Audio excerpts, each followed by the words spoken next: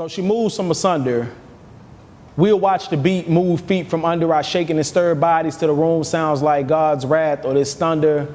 From Magnolia Housing Projects to magazine covers, from Holly Grove to Hollywood, from Rosewood to Rolls Royces, senior MC standing in B-boy stances to decors of D-boys, hand-to-hand transaction, those who be packing and stashing these black Macs in the back of a G-Wagon and then cop a Maybach back in May just to pay back the advances. But chance is you be a Rick Ross, nah. Son, you be a boss, nah. You be one of the dope boys who will conquer the corners, let the coroners confident calm the children, or you be one of the mothers who will marry a man who mirrors misogyny, let the mockingbirds make a mockery of monogamy. Obviously, they say that you ain't pushing enough bricks to become a whiz yet. Hold a definition of caliphas while they stay chiefed up, the truth be seized up by its neck and made as a pendant dependent upon the rope, because our diamonds are forever. We'll touch the sky, we'll drive slow, because I heard him say that an intoxicated temple speaks of a sober mind, so you have to forgive me. I'm nothing more than a vanity slave, rocking fitted caps, draped in the finest of threads, baptized in Jesus' pieces that envy my egos.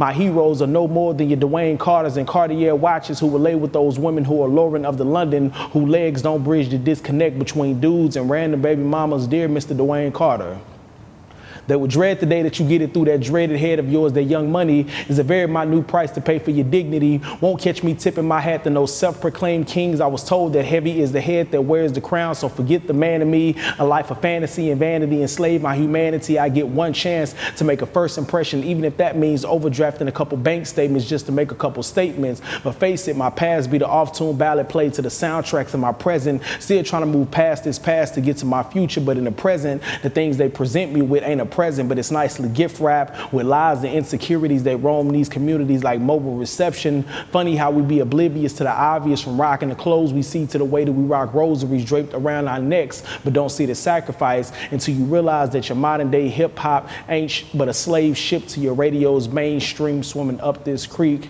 Sincerely yours, letter from a poet who loves hip hop.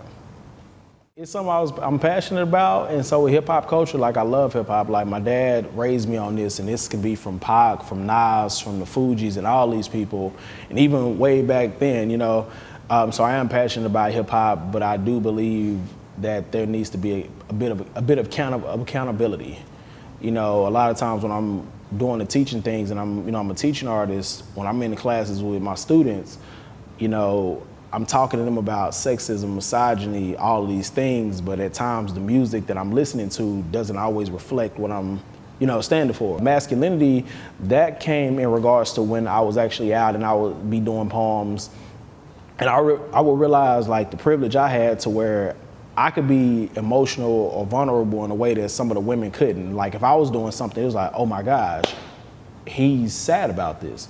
This woman do something, it's kind of like, oh, that's just a woman being a woman. And so I literally was just looking back on a lot of these things while reading this Bell Hooks book called, I think it's called We Real Cool on Masculinity. And I literally just started thinking about a lot of other things in regards to my childhood, in regards to some of the abuse that I went through. And we're talking about from literally 5 all the way up to like 18 and 19. Like with no stops in between. This is like a straight shot.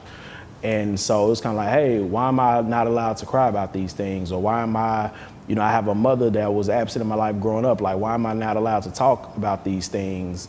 Well, a biological mother, you know, why am I not allowed to talk about these things? Why don't me and my dad hug and say I love you? And it's never that he turned me away, but it was just like naturally. It's like, man, when I'm seeing men, like, why are we not doing these things, you know? Why is it if I'm with my homeboys, the only time we can really have a vulnerable conversation is if it's amongst like death or if it has something to do with your child, you know? So I just started exploring a lot of things, started talking to a lot of women, a lot of men, getting experiences, reading books. And after that, like that was history. And they were doing a TED Talk at Mountain View College and somebody called me and it was like, there we go, so yeah.